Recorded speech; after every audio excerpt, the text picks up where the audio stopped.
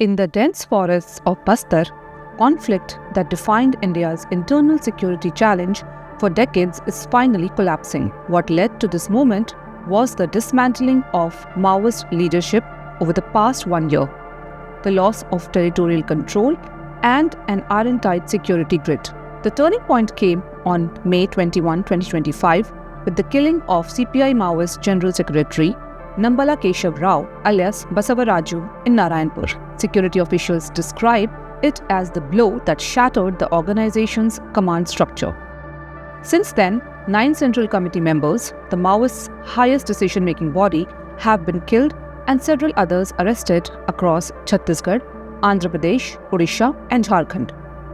With leadership wiped out, cadres on the ground found themselves cut off. Former Maoist cadre Gauri Kudiam, who surrendered on January 15 and is now learning to stitch clothes under the Chhattisgarh government's Surrender and Rehabilitation Scheme, says that senior leaders were either dead, jailed or had surrendered, leaving foot soldiers with nowhere to go.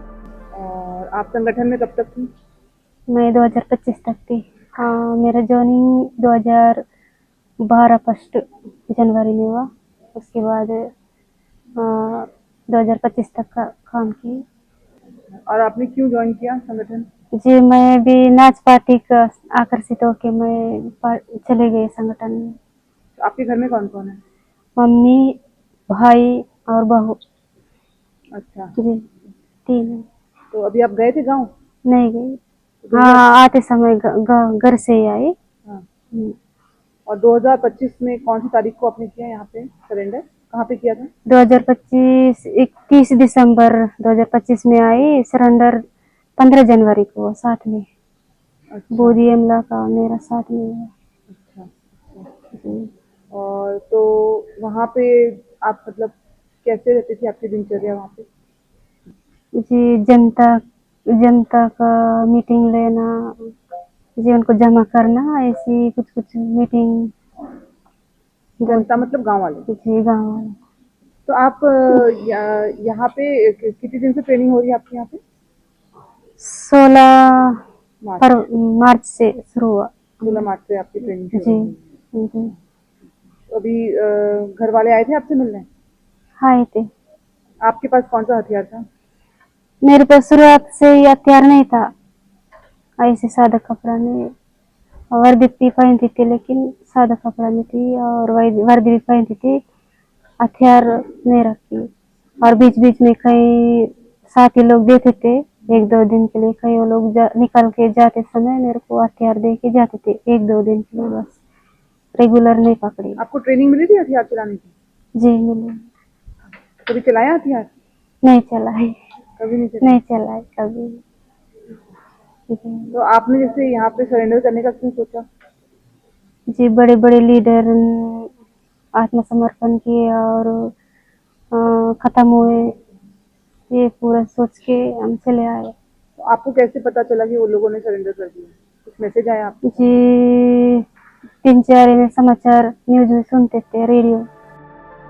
That assessment is echoed by senior Maoist commander Chandraya alias Papa Rao, who carried a Rs 25 lakh reward on his arrest. After surrendering with 18 others on March 24, he said simply, they were trapped. What made escape impossible was a rapidly expanding security footprint. मैं cylinder करने के सब नेता लोग, हमारा केंद्र कमेटियों, राज्य कमेटियों, बहुत लोग सिलेंडर हो गए, आधा लोग शहीद हो गए। और दुख की का बात है, बहुत लोग शहीद हो गए। वो वजह से मैं भी सरेंडर करवाने के लिए मैं बस्तर ठाकिस विकास तिवारी को मैं फ़ोन किया। 2 बार मैं बंदूक से लड़ाई नहीं हो पाई अभी। Since 2021, 406 new CAPF camps have come up in core Maoist areas, regions that were once completely inaccessible to the administration. Roads followed camps, schools, ration shops, and mobile towers followed roads. As government claims to have ended Naxalism from most parts of the country, barring 2 districts, we come here to a place called Kutul, which is in Narayanpur district of Chhattisgarh. So the peculiarity of this place is that this place used to be the epicenter of left-wing extremism, as locals and police officials here tell us that this place used to be the hub of Naxal activity, and many cadres of Maoists and Naxals, they used to come here, procure ration, procure food. So this was the lifeline, and as you can see behind me, road is still being constructed, and all this happened. All this was made possible after two security camps came here. One of the BSF, Border Security Force, and another of the Indo-Tibetan Border Police, which are at a distance of 5 kilometers from each other. And after these camps came up here in last year in 2025 and 2020, and also in 2024, we can see traces of development here. The only administration that was visible here till few years ago was the Ramakrishna Ashram, which is a missionary, which is an NGO, and it is there where the children used to study. There were no schools here. The ration shops, the sarpanch, the administration could never even venture here due to threat from the Naxals. And now, as we can see, a lot of construction is happening. At Kachapal village in Narayanpur, located in the Abujmar region, once considered the capital of the Maoists, a road reached for the first time only in 2025. The village has 24 families. 3 families who had fled their homes due to fear of Maoists returned a few months ago, taking the total number of houses to 27. Construction activity is now visible across the village. At one end, the foundation for a public distribution system shop is being laid. At the other, road cutting and formation work is underway, which will eventually connect the village to a national highway leading to Gadchiroli in Maharashtra. This followed the opening of a border security force camp at Irakbhatti, close to the village. Police officials say the camp was attacked by Maoists in 2025. For locals, mobile connectivity arrived only last year. Earlier, the forest pathways were feared, many of them rigged with improvised explosive devices. For decades, administration was absent, barring a dilapidated panchayat building that was renovated only in 2025. Jaisuram Varda, a local, said that they were torn between the Naxals and the security forces. Both accused us of being informers. We were thrashed by both. Police said we provide food and support to Naxalites. Since last year, we have been able to move freely. The construction activity ensures some employment for us, he said.